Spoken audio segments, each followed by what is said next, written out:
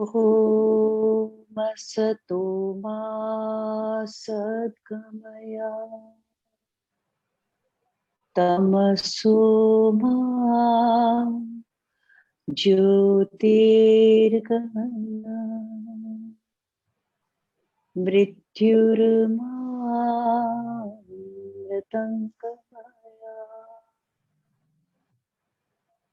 ॐ शान्ति शान्ति शान्ति।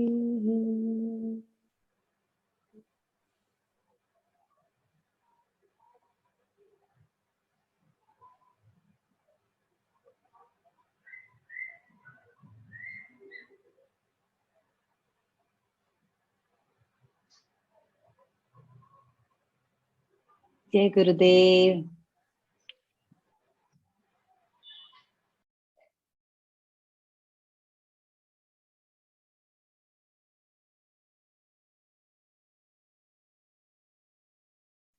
कैसा चल रहा है हम सबका चिंतन? 12 साल बिता दिए परशुराम जी ने महेंद्र पर्वत के ऊपर देवी उपासना में, त्रिपुरा देवी की उपासना करते हुए। और जब ये विचार पैदा हुए हैं, प्रभु ने कई बार हमें ये बात बताई है कि मनुष्य योनि इतनी अनमोल है। केवल मनुष्य योनि में ये संभव है कि हमारी ही आत्मा गुरु का रूप धारण कर सकती है। यही ज्ञान दत्तात्रेय जी बांटते हैं। हमने भागवतम में देखा था, आप लोगों को याद होगा, एकादश स्कंद में यही दत्तात्रेय जी का एक सुंदर चर्चा है, जहां उनकी मुलाकात होती है राजा यदु से। और राजा यदु ने भी कुछ इस तरह के सवाल ही किए थे कि इस संसार में कैसे इस संसार से ऊपर उठ सकते हैं। संसार जकड़ के रखता है। तब भी राजा यदु को दत्तात्रेय जी ने ऐसा ही कुछ ज्ञान दिया। सब जगह से सीखते हैं। जो ज्ञानी पुरुष होते हैं वो हर पल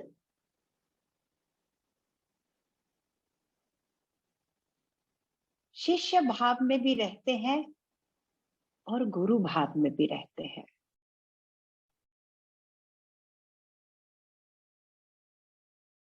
हनुमान जी के लिए कहते हैं ना, रामचरित सुन वे को रसिया, राम लखन सीता मन बसिया। तो हर पल वो भगवान के गुणगान सुनने के लिए ही उत्सुक रहते हैं। पिछली वीक हमने देखा था कि परशुराम जी बहुत आश्चर्य में हैं कि इस जीवन में इतनी भाग दौड़ में क्यों है मनुष्य, किस चीज के पीछे भाग रहे हैं। जब हम अपनी लाइफ को देखते हैं, सब लोग इस मोमेंट में, सब लोग थोड़ी देर के लिए अपनी लाइफ को हम देखते हैं, पता चलता है कब हमने भागना शुरू कर दिया। छोटे थे, बच्चे थे, माँ बाप पूरी तरह से हमें संभाल रहे थे। फिर पता नहीं कब, जब स्कूल में पढ़ रहे थे कि बाद में हुआ, किसी के लिए कब हुआ और किसी के लिए थोड़ा आगे थोड़ा पीछे, पर एक भाग दौड़ शुरू हो गई हम सबकी लाइफ में। तो परशुराम जी कह रहे, क्या कारण है, हम इतना कहाँ किस चीज के लिए भाग रहा है मानव? क्या मैं भी वही करूं? परशुराम जी ने एक सुंदर सवाल किया, मैं भी वही करूं क्या? इन सबके जैसे मैं भी अपना जीवन बस बिता दूं? जो पिछली बार भी हम सब एक दूसरे के साथ शेयर कर रहे थे ना, कि कभी कभी मन में ये सवाल उठता था कि क्यों हम नहीं ये कर पा रहे, क्यों हम ऐसे मैकेनिकल लाइफ नहीं लिव कर पा रहे, क्यों जीवन के सारे सुख होते हुए भी सांसारिक सुख, क्यों हमें फिर भी कुछ और चाहिए।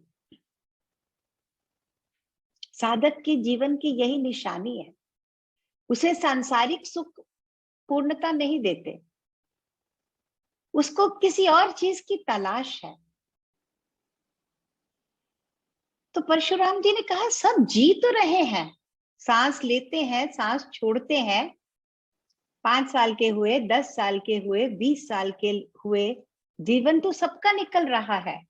लेकिन जो जीवन जिसको कहा गया है वो केवल सांस लेना और छोड़ना नहीं, भोगों को भोगने का एक सफर ही नहीं है जीवन। क्या है जीवन, क्यों नहीं लोग उसको देख पा रहे। हम सब आए हैं यहाँ पर इस भाग दौड़ में कितने पल हमने बिताए होंगे जिसमें हम सच्चे हृदय से कह सकते हैं इन पलों में हम जी उठे, हमें जीवन की झलक मिली, जीवन का दर्शन हुआ। क्या कारण है कि हम यहाँ आए हैं, हमारी जिंदगी का लक्ष्य क्या है।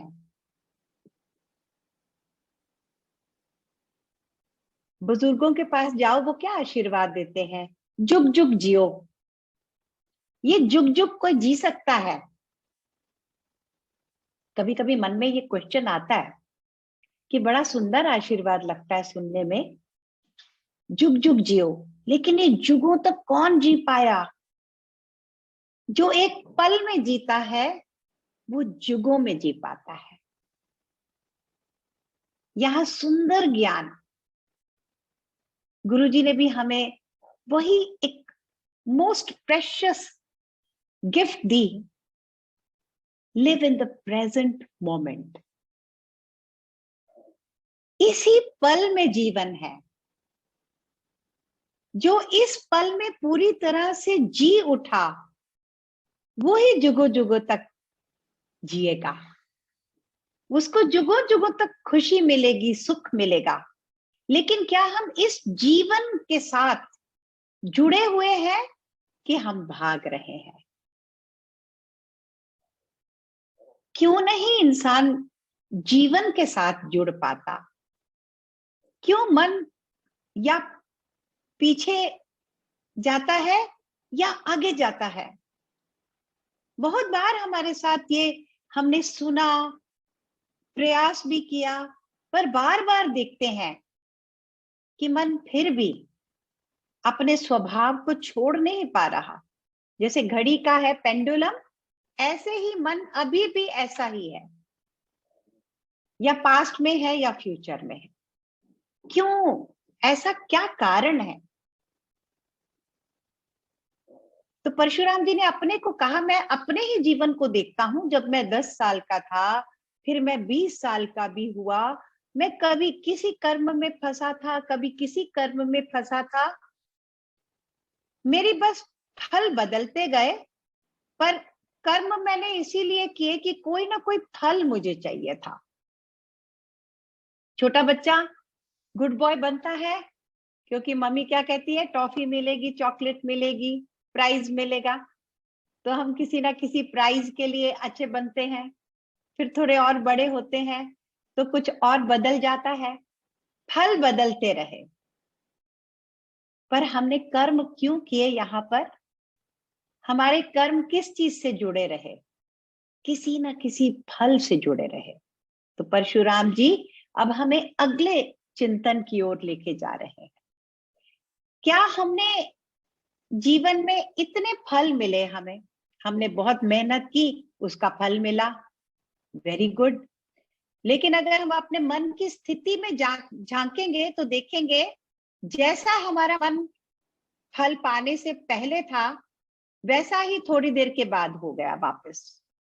हमने बहुत कोशिश की कुछ चीज पाने के लिए, वो हमें मिल गई, थोड़े पल हम बहुत खुश रहे, लेकिन उसके बाद क्या हुआ?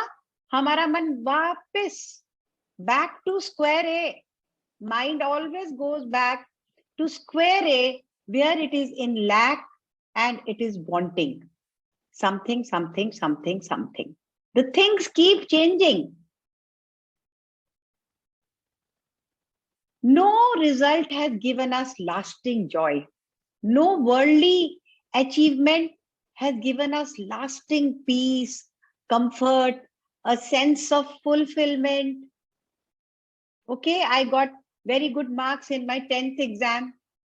My name came in the papers. I was in the merit list. I was very happy for a few days. But then what?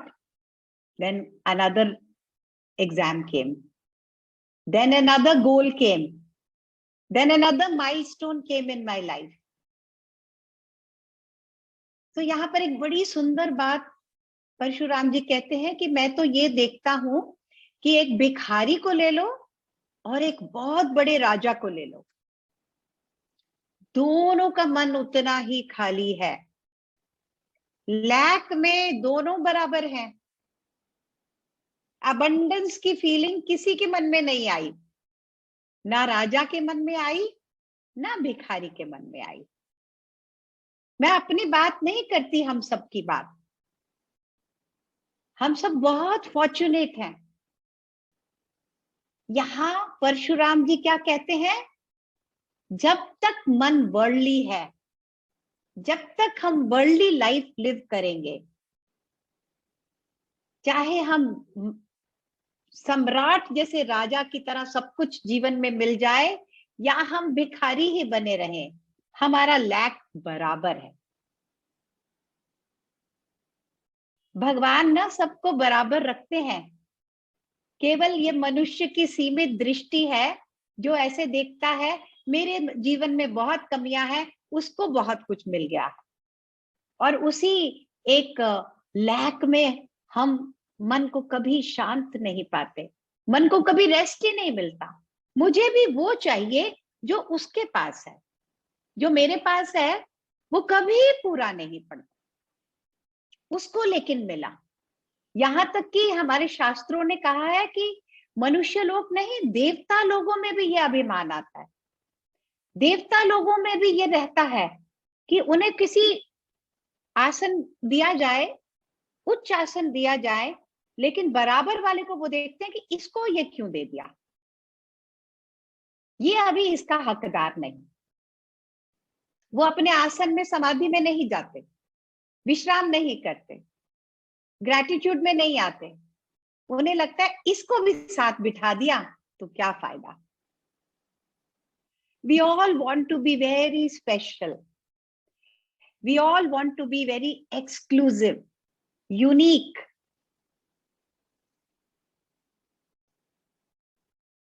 ये विभाजित जीवन जी रहे हैं। हर प्राणी एक से कटा हुआ है, दूसरे से कटे कटे हम रहते हैं। तो अकेलापन कैसे जाए, सूनापन कैसे जाएगा? सूनापन उसी पल चला जाएगा दूसरे की खुशी में मैं भी खुशी से झूम उठूं। मेरे जीवन में दुख आ ही नहीं सकता। तो परशुराम जी कहते हैं क्या कारण है? मनुष्य फल के लिए ही कर्म करता है, करते करते भागते भागते वो जीते हुए भी जीवन से अछूता रह जाता है। इसीलिए तो 60 इयर्स 70 इयर्स लाइफ निकल गई, हमें लगता है अरे अभी नहीं, अभी तो कुछ भी नहीं मिला, अभी तो कुछ भी पाया ही नहीं, अभी तो सारी प्यास बाकी है, अभी तो तृप्ति हुई नहीं किसी चीज से, अतृप्त ही रह गए हैं हम, क्योंकि वो जो जीवन है उसमें तो रहे ही नहीं ना। इसीलिए गुरुजी कहते हैं ना, मेडिटेशन के जो पल हैं, ये जो 20 मिनट्स हम मेडिटेट करते हैं, उसको 20 मिनट्स नहीं देखना, उसका एक एक मोमेंट हमें इटर्निटी में लेके जाता है, डेप्थ में लेके जाता है। तो जो डेप्थ को छुएगा, जो डेप्थ में डुबकी लगाएगा, वो जुग जुग जिएगा, उसको एक पल में जीवन का आनंद मिल जाएगा। श्रीमद् भागवतम में हमने देखा 7 दिनों में, केवल 7 दिनों में राजा परीक्षित को मोक्ष मिल गया। संसार की इच्छाएं छूट गई, केवल प्रभु की इच्छा बाकी रह गई। तो परशुराम जी ने कहा, ये जीवन जो है, इसमें जितने भी हमारे अनुभव हैं, फीलिंग्स की बात कर रहे हैं, कभी हम बहुत खुश हुए, कभी हम बहुत एंगर में रहे, कभी हम बहुत दुखी रहे, इनको कैसे देखें? तो एक बहुत सुंदर एग्जाम्पल दिया है, जो लास्ट वीक हमने एक बहुत सुंदर एग्जाम्पल पकड़ा था कि दर्पण की तरह रहना है। तो अगर जीवन में खुशी नहीं, तृप्त नहीं, शांत नहीं, तो कहीं अपने दर्पण रूप को हम भूल रहे हैं। ऐसे ही यहां बता रहे हैं, जैसे एक अथाह सागर है, उसकी गहराई में वो हमेशा शांत है। जो तरंगे उठती हैं, जो बड़े बड़े भंवर उठते हैं, तूफान आते हैं, वो भी उसकी गहराई को कभी नहीं टच करते। समुद्र गहरा है, शांत है, असीम है, अथाह है। ठीक वैसा ही मैं भी हूं। जैसे समुद्र में आए हुए बड़े बड़े तूफान मेरी उस गहराई को नहीं छू पाए, समुद्र कहता है, ऐसे ही मनुष्य जीवन भी अपने दुखों, सुखों, खुशी, कमी, लाभ, हानि, मान, अपमान, ये सब वेव्स हैं उस ओशन पे, जिससे ओशन की कोई कमी नहीं होती। ओशन वैसे का वैसा शांत रहता है। तो जब कभी मन में लगे, गुरुजी की एक सुंदर नॉलेज याद आ गई यहाँ पर, storms of emotion. Ashtavakra Gita में गुरुजी कहते हैं ना, जब कभी लाइफ में ऐसे स्टॉर्म्स ऑफ इमोशन में हम अपने को पकड़ देखते हैं कि हम पकड़े गए हैं, तब क्या करना है? ये जो नॉलेज में जिए हुए पल होते हैं ना, ये कब कौन सा पल कहाँ आकर हमारा साथ देगा, अभी नहीं कह सकते। बस ये याद रह जाएगा, मैं तो वो विशाल सागर हूं, ये तो छोटे छोटे वेव्स हैं, आ रहे हैं, जा रहे हैं। इनकी कोई वैल्यू हो सकती है क्या? चाहे वेव कितनी भी बड़ी क्यों ना हो, है तो वो वेव ही। जिस पल वो शांत हो गई, वो सागर ही तो बन गई। तो sum total of our life, all these events, happenings, sum total क्या है? वो शांत हमारा स्वभाव, जो दर्पण की तरह निरंजन भाव में रहता है, अछूता रहता है, हमेशा शांत है, तृप्त है। तो इस तृप्ति की ओर जाना चाह रहे हैं परशुराम जी। और परशुराम जी कहते हैं, जीवन की कोई भी उपलब्धि, सांसारिक कोई भी अचीवमेंट हमें पूरा नहीं कर पाती, नहीं करेगी कभी भी। ये आज मान लो, ये बात भी गांठ में बांधनी है। पिछले हफ्ते भी कुछ बातें गांठ में बांधी थी ना, एक और बात गांठ में बांधनी है। वर्ल्डली अचीवमेंट्स हमें कभी भी हमारे अंदर के अभाव को पूरा नहीं करेगी, क्योंकि अभाव है कहाँ? अभाव हमने अंदर ही कहीं अपने नासूर की तरह पाल लिया है उस अभाव को। जन्मों से अभाव में आते गए हैं, जाते गए हैं। उसको पूरा करना है अगर अभाव को, तो हमें अपने अंदर जाना होगा, अंदर जाकर उसका सॉल्यूशन मिलेगा। हम बाहर सॉल्यूशन ढूंढ रहे हैं, बाहर की तो कोई भी चीज पूरी नहीं पड़ेगी, कोई इंद्रियों का सुख पूरा नहीं पड़ेगा। क्यों नहीं पूरा पड़ेगा? क्योंकि वो टेम्पररी है और हमें परमानेंट सॉल्यूशन चाहिए अपनी प्रॉब्लम्स का।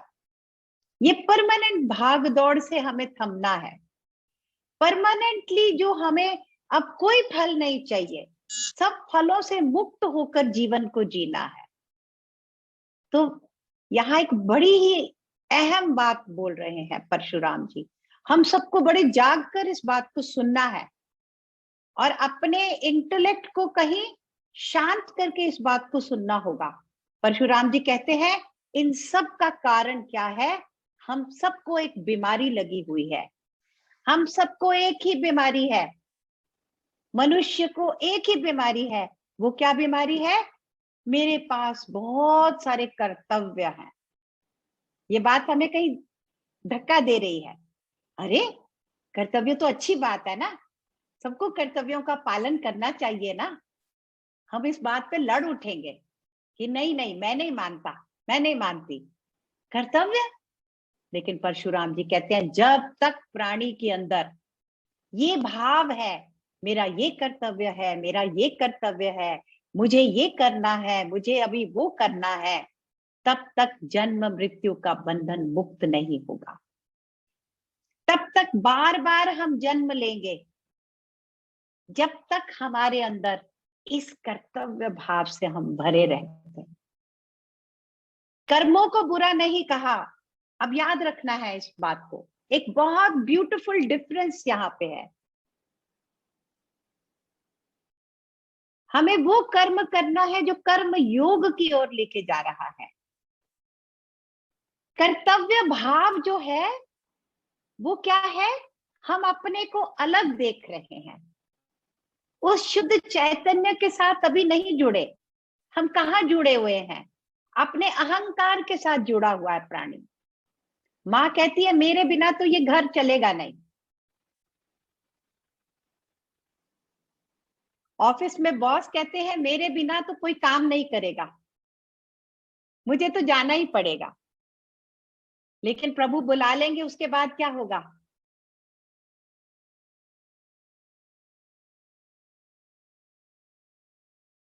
हम सबको कौन रख रहा है? हमारे काम कहाँ से हो रहे हैं? क्या हम कर रहे हैं? ये जो कर्ता भाव है उससे निकला हुआ कर्तव्य भाव, ये सीमित कर रहा है हमें, हमें बार बार बांधता है। आज हमारे ये कर्तव्य हैं, 10 साल के बाद कर्तव्य बदल जाएंगे, फिर और कुछ कर्तव्य हो जाएंगे। हम बस कर्तव्य करते करते करते करते एक दिन फिनिश्ड।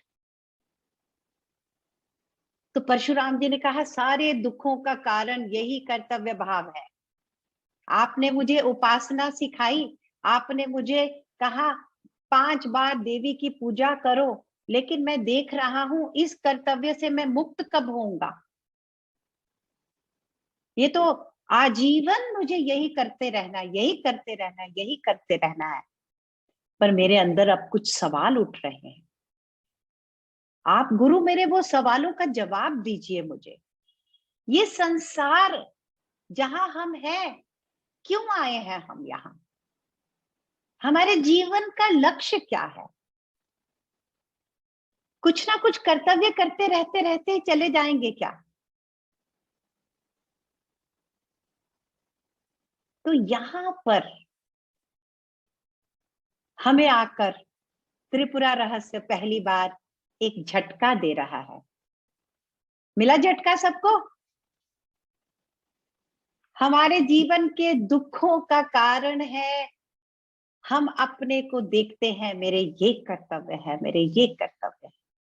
छिपकली भी कहते हैं ना, छिपकली को लगता है मैंने ही पूरी छत को संभाल के रखा है, मैं अगर ऐसे नहीं होंगी तो ये तो छत ही गिरने वाली है, मैं ही संभाल के बैठी हूं।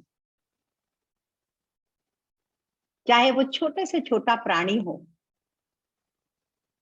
एक चिड़िया होती है, वो अपने घोंसले में बार बार जाकर दाने डाल के आती है, बार बार दाने डाल के आती है, उसी में लगी रहती है, उसी में लगी रहती है। तो हम भी ऐसे कुछ ना कुछ कर्तव्य अपने मानकर कभी आंखें बंद करके उस पल में रह ही नहीं पाए जिस पल के लिए हम यहाँ आए हैं, जिस जीवन को पीने के लिए, जिस जीवन का आनंद समेटने के लिए हमारी आत्मा तड़प रही है। हमारी आत्मा की तड़प की आवाज ही नहीं आती, बहुत सारी और आवाजें हैं मन में, उन आवाजों से हमें कभी विश्राम नहीं। तो गुरुजी कहते हैं ना, विश्राम में राम मिलेंगे। तो ये विश्राम कौन सा विश्राम है? इसी कर्तापन के विश्राम की बात हो रही है। मुझे ये करना है, मैंने ये नहीं किया, मेरे करने से ही ये होगा। मैं कर्मों में कोई बुराई नहीं, लेकिन जहां कर्तव्य भावना है वहां एक मैं साथ में जुड़ी हुई है। वो मैं परेशान करती है। मेरे कर्म, मेरे न किए हुए कर्म, मैंने ये क्यों नहीं किया, ये मैं कब कर पाऊंगा, कब मेरे से ये होगा, मेरे क्या। हर इंसान अपने लिए पता नहीं क्या सोच के बैठा कि मैं आया हूं पृथ्वी पर, तो पता नहीं मुझे क्या क्या करके इस पूरी पृथ्वी को मैं बदल सकता हूं क्या। इसीलिए कई बारी बड़ी सुंदर बात आती है कई ग्रंथों में कि देखो, ये ईश्वर की माया है। यहाँ तो प्रभु भी आए थे, प्रभु ने भी आकर लीला की है, फिर भी जीवन में क्या बदला है संसार में। दुख, बीमारी, मृत्यु, मृत्यु का भय, ये तो बना ही रहा। तो परशुराम जी ने कहा, मैं मृत्यु के भय से कैसे मुक्त हो जाऊं? मैं तो जीवन से नहीं जुड़ा अभी तक, फिर भी मुझे मृत्यु का भय है। मरे हुए को मृत्यु का भय है। जो पुरुष एक पल के लिए भी जी उठता है, उसको मृत्यु का भय नहीं है। वो जान गया कि जीवन तो एक पल में है, एक पल में रहकर ही अमरता मिलेगी, एक पल में डूबकर ही अमर होंगे। जो डूबेगा वो ही तार पार जाएगा, जो डूबता नहीं सतह सतह पर ही, कभी खुश कभी दुखी, कभी डर कभी हंसी, कभी अपमान कभी मान, इस सतह पे ही जो जी रहा है वो तो मृत्यु के भय से कभी मुक्त नहीं होगा। जिसके अंदर मृत्यु का भय है वो कहाँ शांत है? जो मन शांत नहीं वो कभी तृप्त नहीं।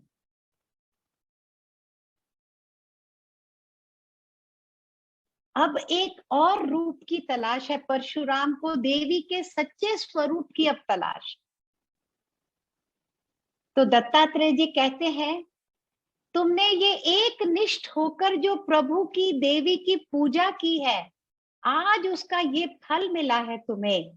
तुम्हारे अंदर इतना सुंदर विचार उठा है, यही तुम्हारी नौका है, यही तुम्हारा मुक्ति का मार्ग है। तो ऐसा नहीं सोचना कि परशुराम जी ने क्या वो 12 साल महेंद्र पर्वत पर वेस्ट किए।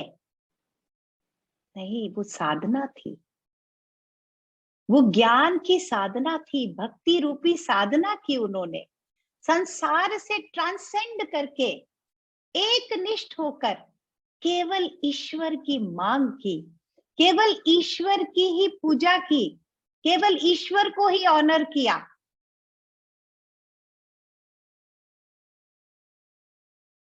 हम किसको ऑनर करते हैं? सुबह उठते हैं, रात हो जाती है, कैसे जीवन जी रहे हैं? ये करना है, अभी वो करना है, ये करना बाकी है। मुझे कई बार वो बात याद आती है, रामकृष्ण परमहंस ने यही कहा ना कि भगवान सबको मिलते हैं, सबको मिल सकते हैं ईश्वर, लेकिन ईश्वर की मांग किसको है।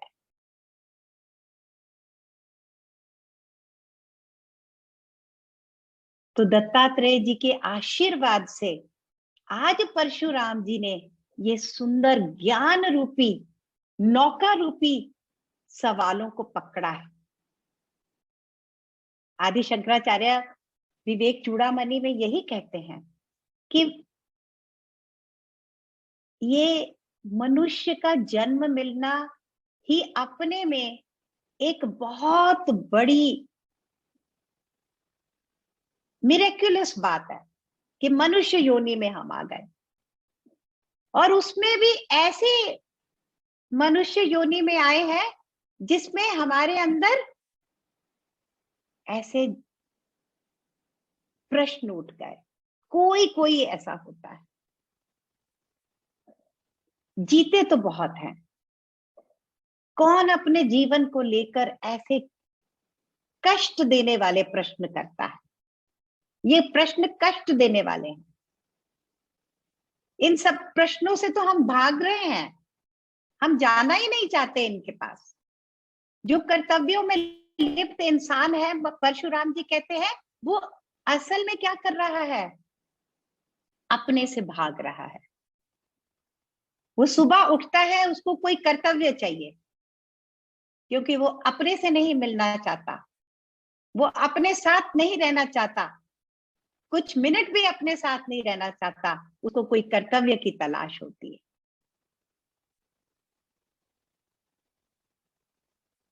एक बार गुरुजी ने बड़े सुंदर तरीके से ये बात समझाई थी कि सेवा तो करनी है, लेकिन सेवा में अटैचमेंट ऐसी ना रखो कि अभी मेरे को, अब कौन दुखी हो तो मैं उसकी सेवा करूं।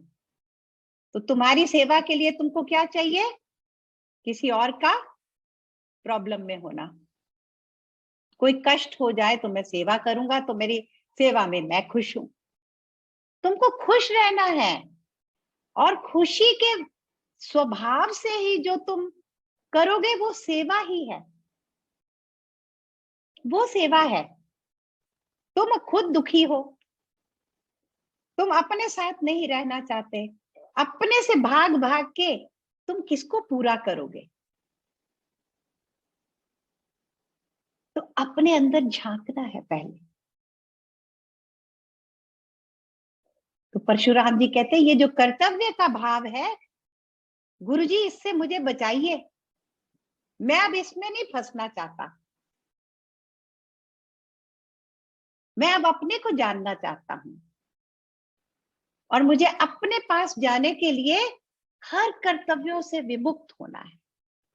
मैं कोई नहीं तो फिर मेरा कर्तव्य क्या है, जब सब ईश्वरी है। मैं आत्म स्वरूप हूं और वो आत्मा सर्वव्यापी है। तो ऐसे में कहाँ मेरा कोई कर्तव्य है। तो इसके ऊपर आज चिंतन करेंगे हम। आने वाले जीवन में हम अपने आने वाले जीवन में क्या चाहते हैं, एक लंबी लिस्ट इन कर्तव्यों की,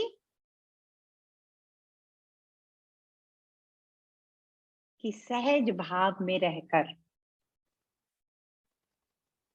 शून्यता में जाकर, जब मन में कोई कर्तव्य नहीं रहता, जब मैं हूं ही नहीं, तो मन विचारों से उसी पल शून्य हो जाता है। और इस शून्यता की तलाश है त्रिपुरा देवी को। हमारे इस शून्य भाव में ही त्रिपुरा देवी प्रकट हो जाती है, अपनी ज्योति लेकर प्रकट होती है, और उस ज्योति में हमें क्या होता है, आनंद की अनुभूति होती है। उसका लक्षण क्या है, हम आनंदमय रहते हैं, हम शांत रहते हैं, हम सागर की उस गहराई को छू जाते हैं, उस गहराई में स्थिर हो जाते हैं, फिर आने जाने वाली लहरों के केवल साक्षी बन जाते हैं।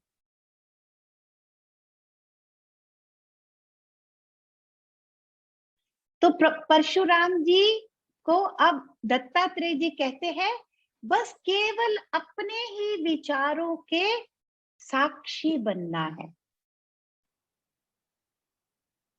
महामंत्र बताया गया है त्रिपुरा रहस्य में।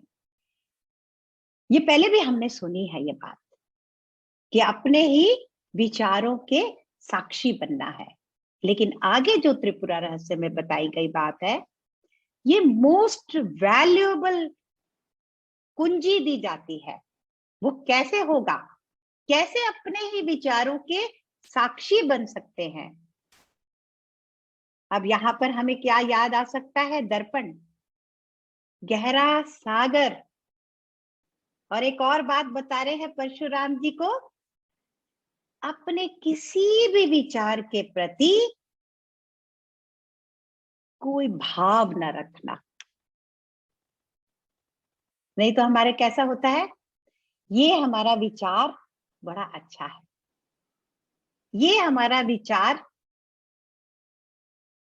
बिल्कुल प्रिय नहीं हमें।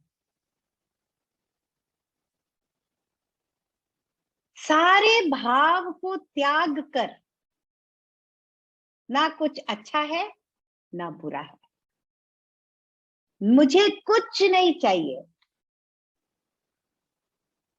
मैं कुछ नहीं करता, मैं कोई नहीं। फिर मेरे मन में जो भाव उठे, जो विचार उठे, आने दो, जाने दो। विचार तो आता है और चला जाता है। जो चीज आके जा रही है उसका तो मूल्य ही नहीं है। मुझे तो मूल्य चीज को पकड़ना है, मुझे तो जीवन को पकड़ना है। सार का मैं भूखा हूं, मुझे जीवन के सार की प्यास है। तो दत्तात्रेय जी ने कहा, अपने विचारों के साक्षी होकर जब हम बैठेंगे तब शून्यता को पाएंगे। उस शून्यता में ही त्रिपुरा देवी ज्योति बनकर प्रकट होगी। ये बहुत ही गहरे ध्यान में जाने वाली इतनी अद्भुत सुंदर बात है।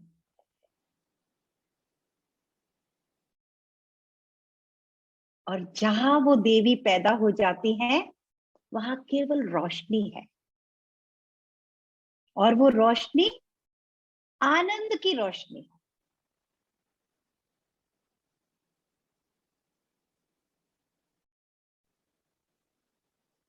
तो दत्तात्रेय जी ने कहा, मैं बहुत प्रसन्न हूं, तुम्हारे अंदर इतना सुंदर विचार उत्पन्न हो गया है, और ये विचार की ही तो कीमत है। अगले सप्ताह हम विचार को देखेंगे। योग वशिष्ठ में भी आता है ना, मोक्ष का एक द्वारपाल है विचार। तो विचार की ओर ही बढ़ते हुए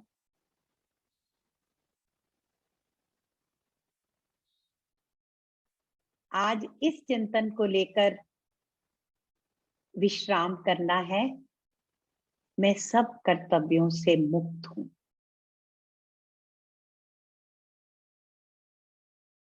कोई भी फल मुझे पूर्णता नहीं देता, तृप्त नहीं करता। Let's have some bhajans.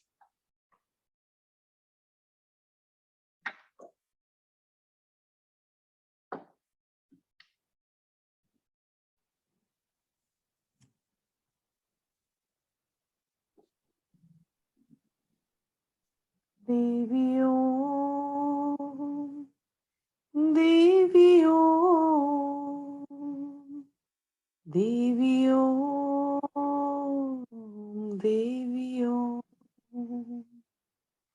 देवी ओम, देवी ओम, देवी ओम, देवियों देवियों देवियों देवियों दुर्गे नंदनी आनंद रूपनी जग जीवनी मनमोहिनी माँ काली कपालिनी जगदोधारिणी निरंजनी नारायणी माँ देवियों देवियों देवियों देवियों देवियों देवियों देवियों देवियों देवियों देवियों